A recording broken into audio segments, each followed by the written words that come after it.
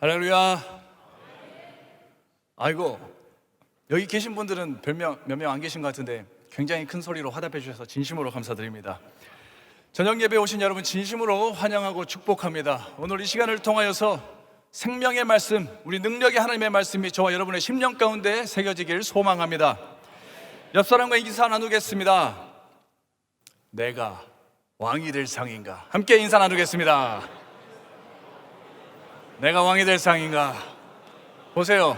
어떻게 좀 왕이 될 상이 보이십니까?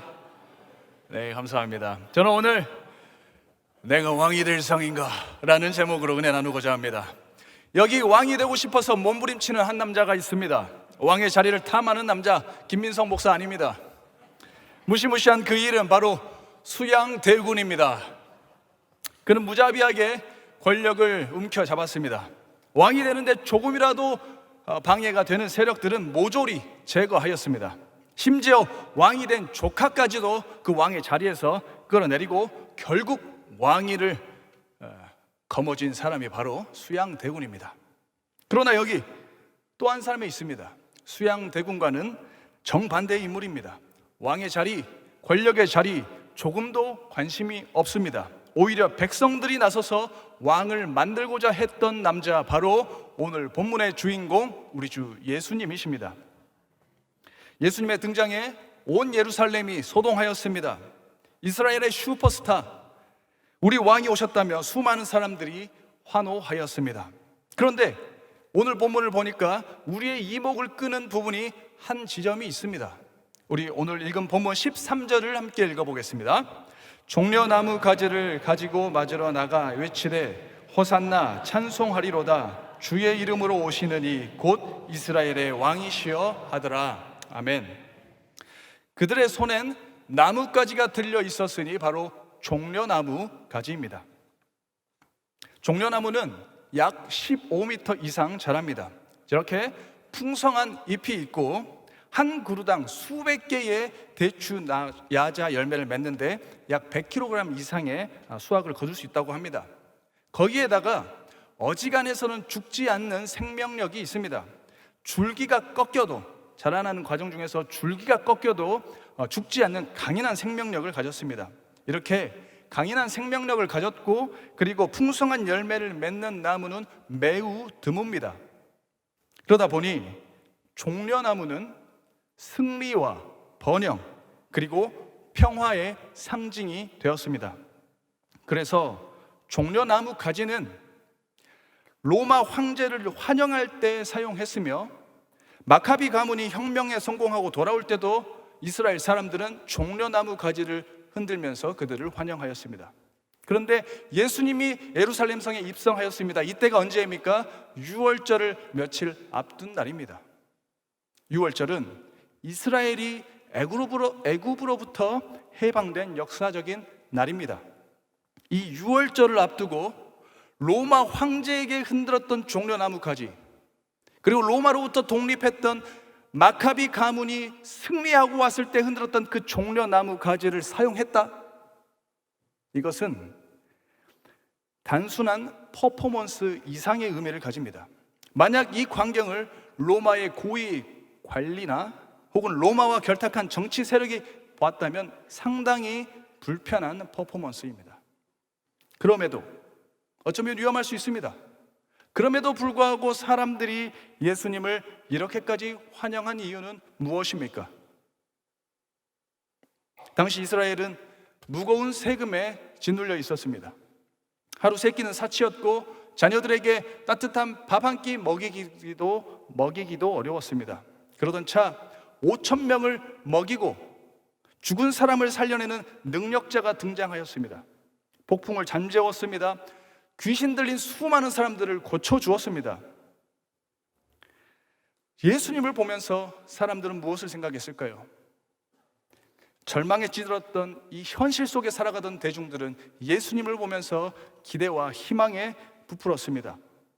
이 정도 능력자라면 저기 멀리 있는 로마 황제는 아니더라도 지금 여기에서 왕 노릇하고 있는 로마 총독 정도는 끌어낼 수 있으리라 하는 기대, 어쩌면 과거 마카비 왕조의 영광을 되찾고도 남겠지 하는 소망을 우리 예수님을 보면서 품지 않았겠습니까? 고달픈 현실의 역전을 확신한 사람들은 기꺼이 종려나무 가지를 들었습니다. 호산나 호산나 목이 터져라 외쳤습니다. 그러나 우리는 알고 있습니다. 이들의 갈채가 결코 오래가지 않아 저주로 바뀌었다는 사실을 말입니다. 그러므로 이들의 환호는 예수님을 나의 왕으로 인정하는 환호라고 할 수는 없습니다. 예수님을 이용하여서 내 꿈을 실현하고자 하는 열망의 박수였습니다. 힘 있는 자들을 혐오하면서도 그 자리를 탐하는 욕망의 환호성이었습니다. 예수님을 이용하여서 로마를 향한 분노를 쏟아내는 적개심의 함성이 바로 오늘 저와 여러분이 읽은 이 본문의 현장입니다. 오늘 본문은 저와 여러분의 마음을 비춰줍니다. 어쩌면 우리 마음도 이들의 마음과 같을 수 있습니다. 왕으로 오신 예수님의 다스림보다 예수님의 능력을 환영하는 마음, 예수님께 받은 힘과 재물로 인생 역전을 꿈꾸는 마음, 양심상 수양대군처럼 내가 왕이 될 상인가 묻진 못하지만 어쩌면 예수님을 이용해서 내가 왕이 되고 싶은 이 은밀한 마음이 있진 않는지 돌아보게 됩니다. 만약 우리가 이 마음으로 예수님을 사랑하며 예수님을 따른다면 저와 여러분도 금방 실망하게 될 것입니다. 제가 청년부에 있을 때였습니다.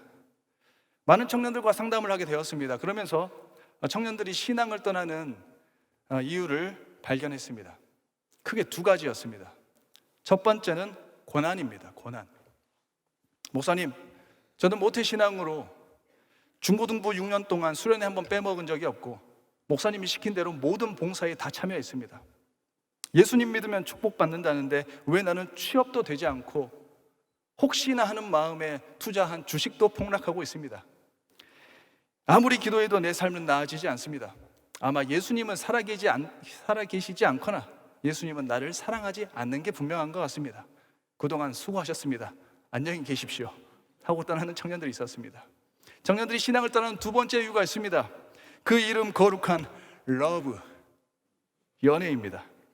목사님, 여자친구랑 헤어졌습니다. 제가 40일을 작정하고 하나님께 기도했습니다. 다시 만나게 해달라고 새벽마다 나와서 기도했습니다. 예배도 꼬박꼬박 나갔습니다. 40일 온전히 채우고 연락했습니다. 그런데 어제부터 동아리 선배랑 사귄다고 합니다. 예수님은 존재하지 않거나 나를 사랑하지 않는 게 분명합니다. 그동안 즐거웠습니다. 안녕히 계십시오.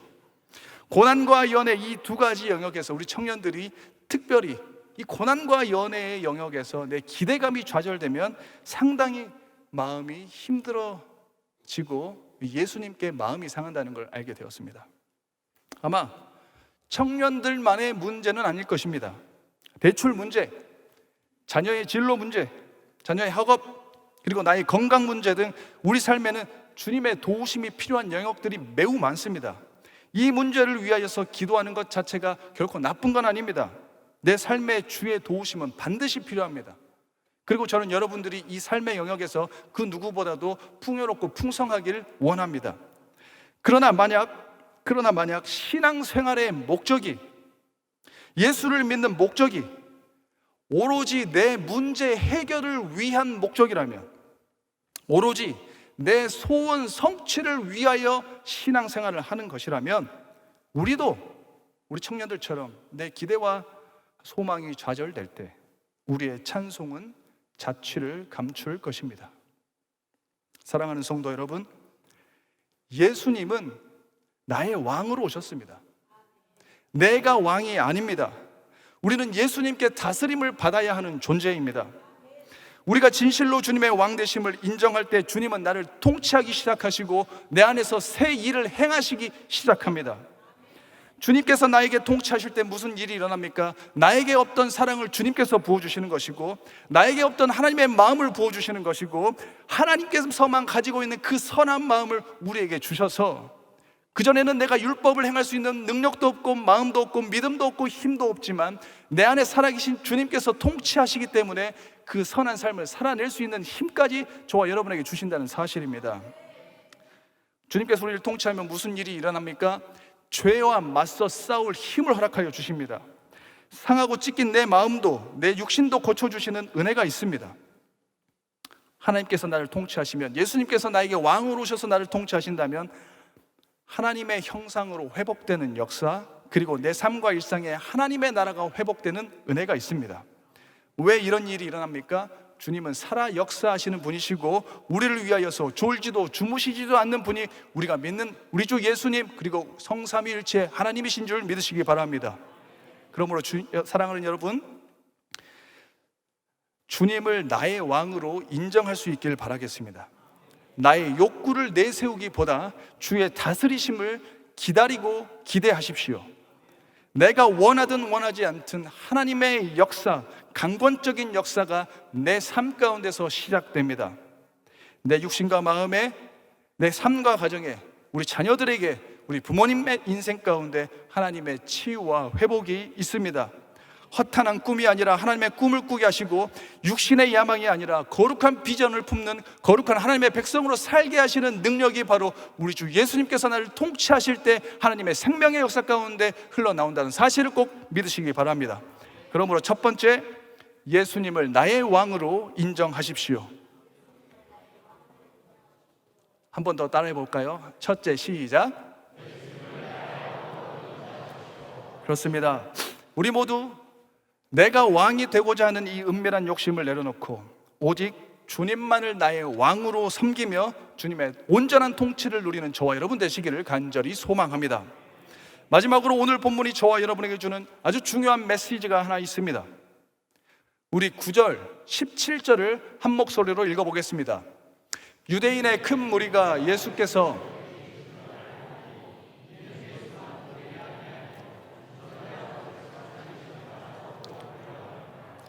나사로를 무덤에서 불러내어 죽은 자 가운데서 살리실 때에 함께 있던 무리가 증언한지라.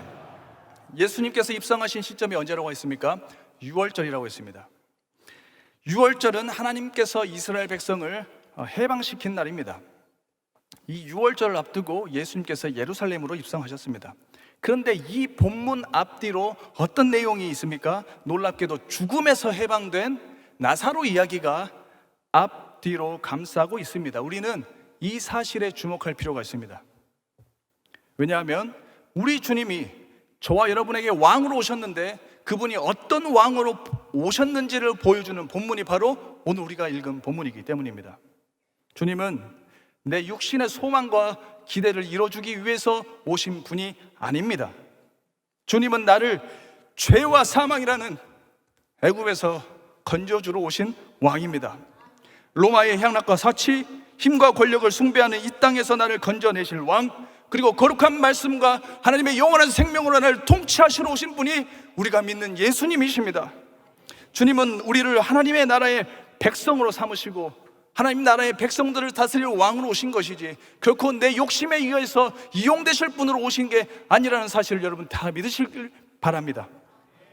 특별히 누가복음 4장은 우리 예수님께서 어떤 왕으로 오셨는지를 정확히 알려줍니다.